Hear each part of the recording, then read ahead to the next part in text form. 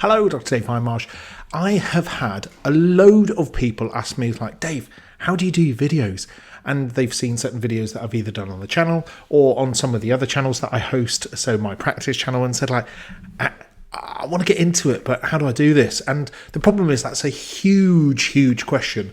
I've been mucking about with YouTube for the past 8 years or so, and I've dabbled a bit in terms of being a hobby. I've tried to, as I hope you can see on this channel, really push it this year. So I thought, right, let's write a book. So what I've done is I'm going to talk you through, I've written a book called Examination Couch to 5 Videos. So play on your couch to 5K to talk you through how I would do a very simple video that gives you good results from that way. So let's jump over to the book now. So lovely front cover, and then we're going to flick through a little bit about who should read this, and just really sort of picking up some common bits or common themes that I see already. So talking about, well, you don't have time. I sort of say about, well, actually, I'm fairly busy and managed to squeeze this in. And again, sort of touching upon what I think most medics do already is it actually time or is it fear? And I think a lot of it, certainly with YouTube and you're presenting yourself on video, that is actually fear. And so looking at those bits of, can you tweak it? Can you sort of muck about with it so that you're actually tackling that fear and you're growing just in terms of what you want to do? Money and what to spend it on is huge, and I think that's the problem. You can get carried away with thinking about fancy kit and equipment and all this, that and the other. I go into equipment in a lot more detail in the book, but on this page I think you could probably, if you want to get started, you can get going with around £250. Okay, so the reason why, and I'll talk you through it, so I would recommend that you use CANVA and get a professional edition. Okay, so the professional version of CANVA is around £100 a year. You need to get a decent microphone because audio trumps visual any day of the week. So I use a Yeti mic, and I have it hooked up to my computer and I do it that way. You can, though, get away with a dedicated microphone for your phone. Whatever you do, do not use your inbuilt microphone for your phone or on your laptop, whatever. You need to have a dedicated microphone. You'll see in certain of my videos, for those more observant, I actually use my earbuds and they produce a reasonable result. Or I've used a headset, so just the your standard one that comes with it, because the microphone is relatively close to your mouth, you actually get reasonable audio quality. And then again, some form of lighting. Your NHS light, so I'm sat in my consultation office at the moment, is not good enough. Get a ring light. Now, you may have a member of your family, so stereotypically, say like a teenager who's got a ring light. You can get these dirt cheap. Now, so you can pick up a ring light dirt cheap. Now, I went to Asda and got this one is a 12-inch floor ring light, and the benefit is that it will extend up so I can actually do some chatting stand. What's really cool as well is that, more importantly, it's got a mobile phone mount so that I can film and record, and then it's got a lovely ring light there. So this is perfect, and this cost me, I think it was just shy of £20 or so. So really don't break the bank for it. I've put £50 in terms of, there will be other stuff that you're lacking. So, things like wires and other bits and pieces. So all in all, to get started, £250. And he said, Dave, what about a camera? Okay, I've had loads of comments about, oh, Dave, the quality of your videos is getting much more. What have you spent your money on? Like, the camera that I'm using is my iPhone. So the iPhone is the sort of your Face ID facing one, okay, so I can see what I look like and I can frame it out nicely. So don't spend the bank. And if you're dedicated to watch this video, I bet you've probably got as good an iPhone as me, if not better. I'm running I think it's a 12 or a 13, so not the latest one, and the video quality is more than adequate. And actually, I've tried to invest in a better camera, and I'm not going to lie, I haven't been able to get my head around it. So we'll get rid of those myths first. Okay, a bit about me. Got some gorgeous pictures of me. I talk through, you may not know, I actually run several channels. I've just stupidly starting another one to help a colleague of mine out, even though what she's doing is amazing, so I've got no choice but to help her. So obviously we've got GP templates. So this channel, I do run our practice channel. I run a PJ&A trains because what I'm fascinated about is I've got 3 children at home. I see them consuming YouTube and I'm thinking, hang on a second, like, could I teach them how to, rather than consuming content, how do we create content for them? Okay. I've deliberately chucked through, I think what's interesting is sort of trying to actually highlight some of the videos that have really changed my life. So this one I've put up first. So I overshared. I love Red Whale. I really wanted to be a teacher. I still do. And if you're watching, I'd love a job. But failed miserably. Okay. I put in an application when they were hiring a couple of years back. And what was interesting though is that even though I failed that application, someone else picked it up. And this went to a pharmacy company called Morph, who develop CPD, so professional educational content for pharmacists, and said, I've seen your video, Dave. Would you be interested in working with us? Didn't need a CV, didn't need anything else. My CV and my job application was the video. And this is a running theme that I've sort of picked up through sort of trying to push out video content on YouTube, is that actually you don't need a lot because you're advertising yourself already because you've got your content out there, okay? As long as you keep the content true to you in terms of stuff that you enjoy and love, then actually the work will come and find you. Now, not only with this case study, I sort of just put a couple of bits and pieces. So learning points about show your work. You never know who's watching, make it clear how you're happy to be contacted. And also the last point here, you will fail. So actually I put a little comment on the video saying, just please bear in mind, I failed my Red Whale application, but hopefully it'll help out. So put a couple of things about why, and this is a marathon, so don't sort of go out into YouTube thinking you're going to make millions off the bat. It is a slug, okay? As I said, it has been years since I've been doing this, and even now I'm sort of like, oh, right, fine. But actually there's some real positives out there, and I try and sort of capture it in this book, okay? YouTube itself has the YouTube health features, which I think is phenomenal in terms of social media, not only recognizing that they have a role to play in health information and tackling misinformation, is that actually they're trying to do something about it. So in short, if you are, if you've got enough watch time hours and if you've got enough followers, that actually you can then apply as a healthcare professional if you're, registered with a regulatory body. So for me, GMC, that actually you can apply to have a little tag on the bottom of your channel to saying this is from a recognized source, okay? Again, more about case studies. And again, with this case study, so I did a book review, books that I read and that I think other doctors would like to read, and then the roll-on effect from it. So this one, the Culture Code, led me to engage with the phenomenal Dr. Tara George, Bedside Reading, who said, oh, do you want to come on my podcast? And it's fascinating how that there is a relatively small but growing world of healthcare content creators, and you get known and you sort of help each other out in different bits. What are you up to? How can I help?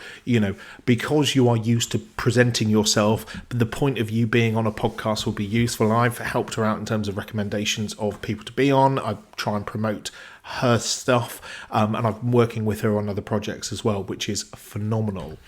So the steps, we go through sort of 5 different steps. So scripting, equipment, record and edit, packaging and promotion. Okay, so scripting wise, so script inspiration, this is the key thing. And this is one bit that I would recommend if you're stepping into this, that you need to nail this from the off. Okay.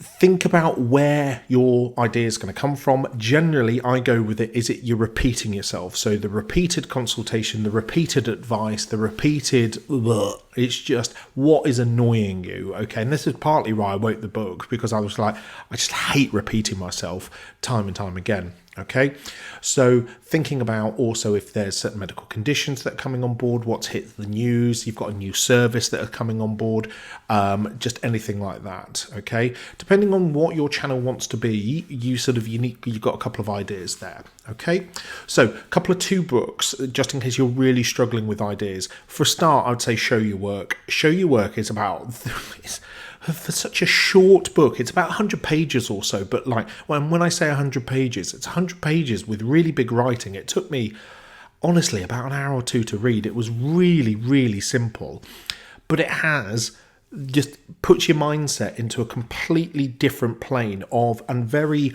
un-British, of where you think, no, I'm going to hide everything away. And it's like, no, you need to show everything that you're doing, document everything that you're doing, and publish everything that you're doing.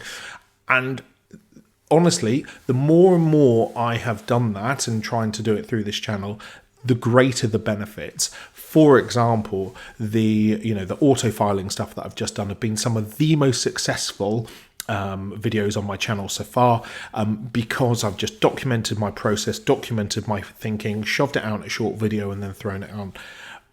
If you're looking to turn this into a business, you need to read The Unfair Advantage. Okay, it is a phenomenal book in terms of like where you're going to grow your business and how you're going to push things through. And I need to reread this because I've read it and listened to the audiobook a long time ago.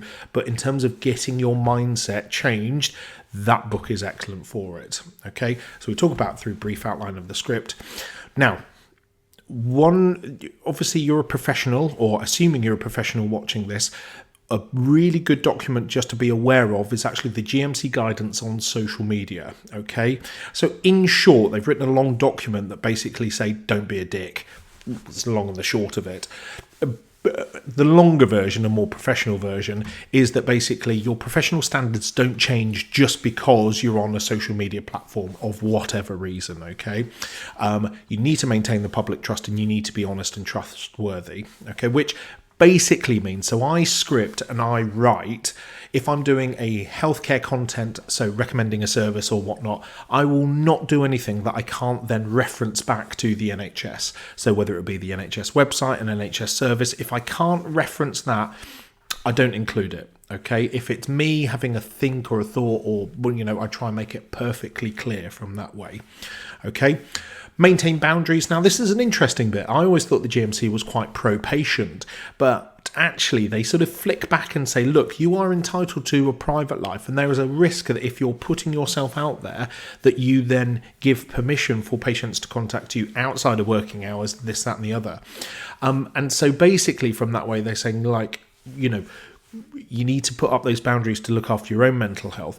And also the counterpart is that if you're taking advice, say on X, LinkedIn, Facebook, whatever, that actually that is potentially patient sensitive information, and then you fall into this horrible GDPR trap of where are the servers, they won't be in the UK, and can you confirm that they are up to NHS standards? I'll give you a clue. The answer to all three of those is no, so just don't do it. If a patient contacts you, you need to sort of basically signpost them to however to get in contact with your surgery, either as an automated email or just don't allow the option to. Anyway, finally, respecting patients' confidentiality. I see this time and time again on social media sites, and it makes me cringe every time. When they put a picture of something up, the ECG is the classic one of like, oh, look at this, what do you think? And it's like, you've got to be really careful, because that is patient information that you're putting out there. I know some of the better ones will put, I've asked the patient, but it's like, I'm not sure in a court of law, because that's really what we're trying to protect.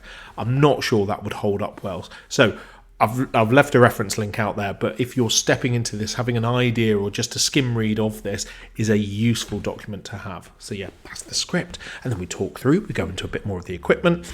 Okay, talking a bit about scripting, talk a bit about lighting setup, your position, just so that you're nice and presentable. So like with this, I've got my hand and I can show all enthusiasm. Bit about microphones and whatnot, and then we go do a deep dive into CANVA. A lot of my videos are using CANVA for B-roll or stock footage.